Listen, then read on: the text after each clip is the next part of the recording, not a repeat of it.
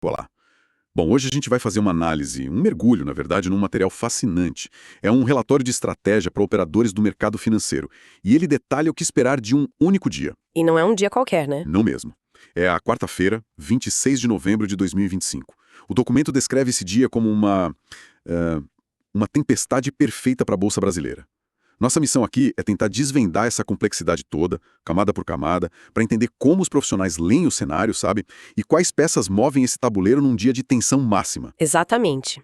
O que é incrível nesse material é que ele nos dá um microcosmo perfeito de como a economia global e a política local se chocam, em tempo real. Pensa só, é a véspera do Dia de Ação de Graças nos Estados Unidos. Um feriado gigante que comprime toda a liquidez, toda a volatilidade em poucas horas de pregão. Certo, o mercado fecha mais cedo lá, né? Isso. E nesse curto espaço de tempo, a gente vai ter dados econômicos cruciais saindo nos Estados Unidos e aqui no Brasil o que o relatório chama de dia D para a política fiscal. É, na verdade, um estudo de caso sobre como tomar decisões sob pressão. Certo, vamos começar a desembrulhar isso então. O relatório abre falando de um pano de fundo global até que positivo. O termo que eles usam é risk on, ou seja, um apetite por risco. Os futuros das bolsas americanas estão em alta e o índice do medo, o VIX, está em queda. O que exatamente está alimentando esse otimismo todo? Olha, o grande motor por trás disso é a aposta cada vez mais forte do mercado num corte de juros pelo Banco Central Americano, o Fed. Ah, sempre o Fed. Sempre. Segundo a análise, a probabilidade implícita disso acontecer já na reunião de dezembro está em 83%. 83% é um número muito alto. É altíssimo. E a lógica é simples. Quando os juros nos Estados Unidos, que é o porto mais seguro do mundo, tendem a cair, o capital global precisa encontrar um lugar para render mais. E aí eles olham para cá. E aí países como o Brasil, com juros bem mais altos, viram um destino muito atraente. Entendi. Então é como se uma maré de dinheiro global estivesse subindo e por tabela levantando o nosso barco também, meio que independentemente do que acontece aqui dentro. É uma boa analogia. Esse otimismo externo funciona como um colchão para a nossa bolsa, sabe?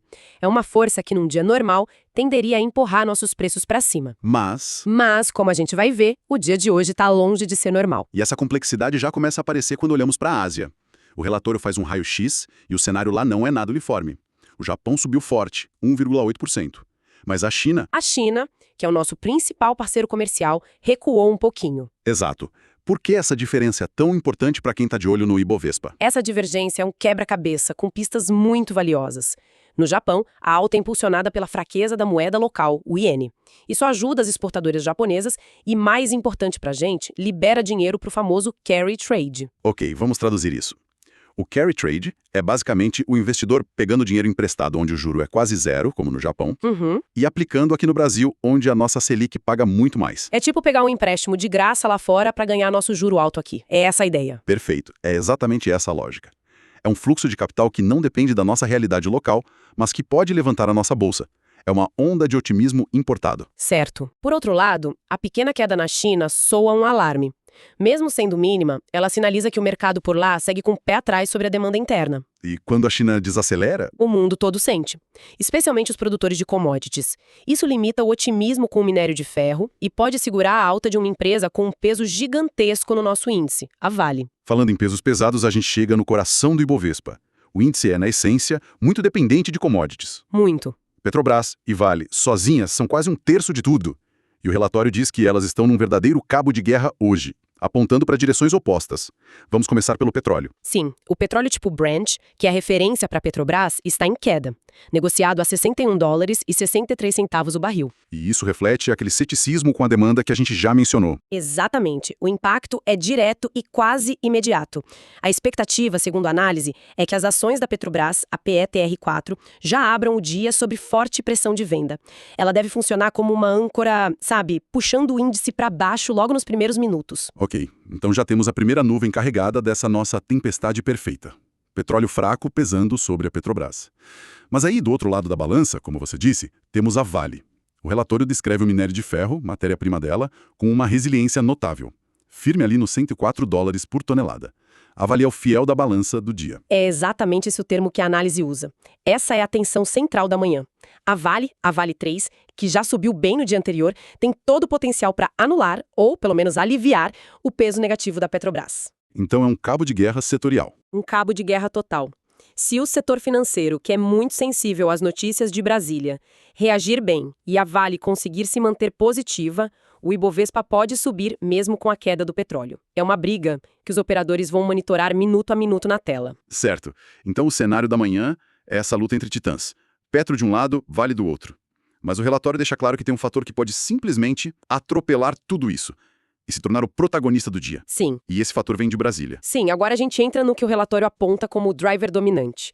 O ministro da Fazenda, Fernando Haddad, tem um anúncio programado sobre um aguardado pacote de corte de gastos. Esse é o evento que pode se sobrepor a tudo. Ao cenário externo, à briga das commodities, a tudo. A promessa é grande. O número que circula é de uma economia de 70 bilhões de reais, com medidas que parecem sérias, como revisão de benefícios, até ajustes na previdência dos militares. Isso, em tese, seria a música para os ouvidos do mercado, certo? Em tese, sim. Seria ótimo. O problema, e aqui que mora o estresse do dia, é a notícia de que o governo pretende incluir no mesmo pacote uma medida, digamos, populista. Que seria? A isenção de imposto de renda para quem ganha até R$ 5.000. Espere um pouco. Então, no mesmo anúncio, o governo diz que vai cortar 70 bilhões com uma mão, o que o mercado deveria amar, mas com a outra mão ele dá uma isenção de imposto que custa dinheiro. Parece que estão pisando no freio e no acelerador ao mesmo tempo. Que confusão. Exatamente essa a fonte da ansiedade.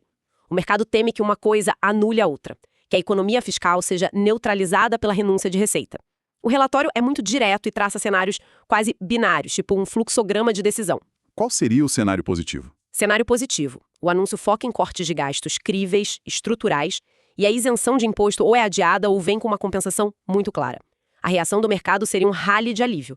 Bolsa para cima, dólar para baixo. Forte. E o cenário oposto, o negativo? Cenário negativo. Os cortes de gastos são vagos, superficiais, cheios de vamos estudar, e a isenção do imposto é para valer imediatamente, sem contrapartida. Nesse caso, a reação seria pânico. O índice derreteria e o dólar explodiria.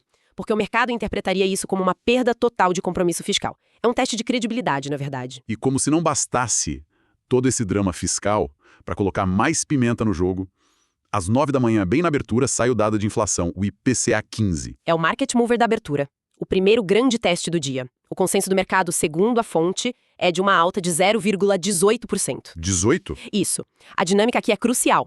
Se o número vier muito acima disso, digamos acima de 0,25%, a curva de juros futuros dispara imediatamente. Ok, e por que a gente deveria se importar com a curva de juros futuros? Explica de um jeito simples por que um dado de inflação, um pouquinho maior ou menor, pode derrubar ou levantar a bolsa inteira. Claro. Pensa assim. A curva de juros futuros é basicamente o preço do dinheiro no futuro. Se a inflação vem mais alta, o mercado entende que o Banco Central vai ter que manter os juros altos por mais tempo para controlar os preços. Certo. Juros mais altos significam duas coisas. Primeiro, o investimento seguro, tipo Tesouro Direto, começa a pagar mais. Para que correr o risco da bolsa se a renda fixa está pagando bem?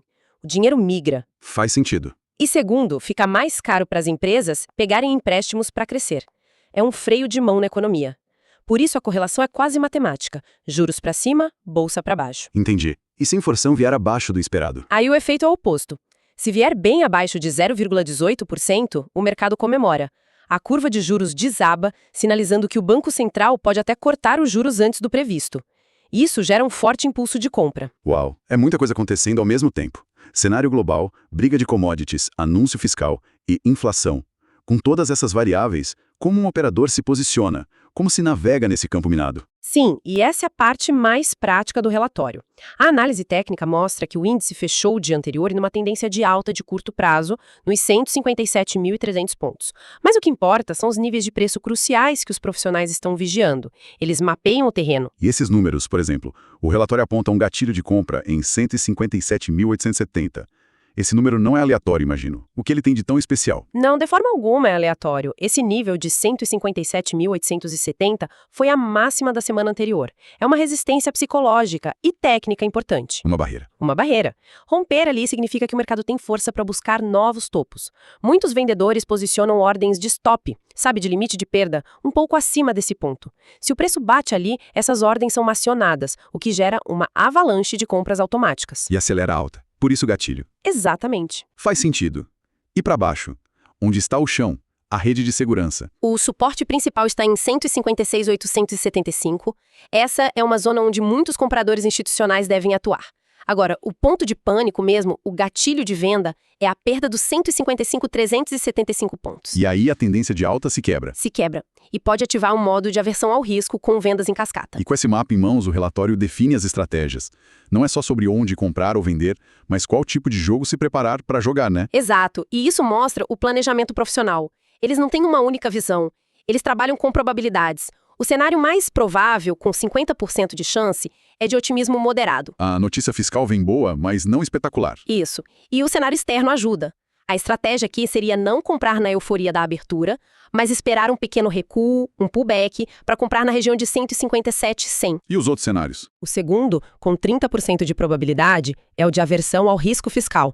O anúncio de Brasília decepciona. Nesse caso, a estratégia é outra. Vender assim que o preço perdesse aquele suporte importante, apostando numa queda mais forte. E o terceiro? E tem um terceiro, com 20% de chance, de um mercado totalmente lateral, confuso. Sem direção. A notícia é mista, a briga entre Petro e Vale empata, aí a melhor tática seria operar nas extremidades, vender perto da resistência, comprar perto do suporte e fazer lucros curtos. Então, no fim das contas, o que tudo isso significa? A gente desvendou uma teia incrivelmente complexa que conecta juros nos Estados Unidos, demanda na China, preço do petróleo e, de forma crucial, uma negociação política em Brasília. Tudo isso convergindo para definir o rumo do mercado numa janela de pouquíssimas horas. O que é fascinante e que essa análise deixa muito claro é a interconexão de tudo. O sucesso nesse dia depende muito menos de olhar para um gráfico de forma isolada. E muito mais da capacidade de interpretar a reação do mercado a cada um desses eventos em tempo real. É um jogo de xadrez multidimensional, sabe? Com peças se movendo ao mesmo tempo em continentes diferentes. É uma perspectiva que realmente coloca o sobe e desce diário do mercado num contexto muito mais amplo. Exatamente. E essa análise detalhada de um único dia levanta uma questão importante para a gente pensar, que vai além do ganho ou perda do dia. Qual seria? Se o mercado é tão sensível ao fluxo de notícias de curto prazo, à política do dia, a um tweet, o que isso nos diz sobre como o valor de longo prazo das empresas e da economia é de fato percebido? Fica a reflexão sobre qual é o equilíbrio entre reagir ao ruído do momento e se ater ao sinal fundamental da economia real.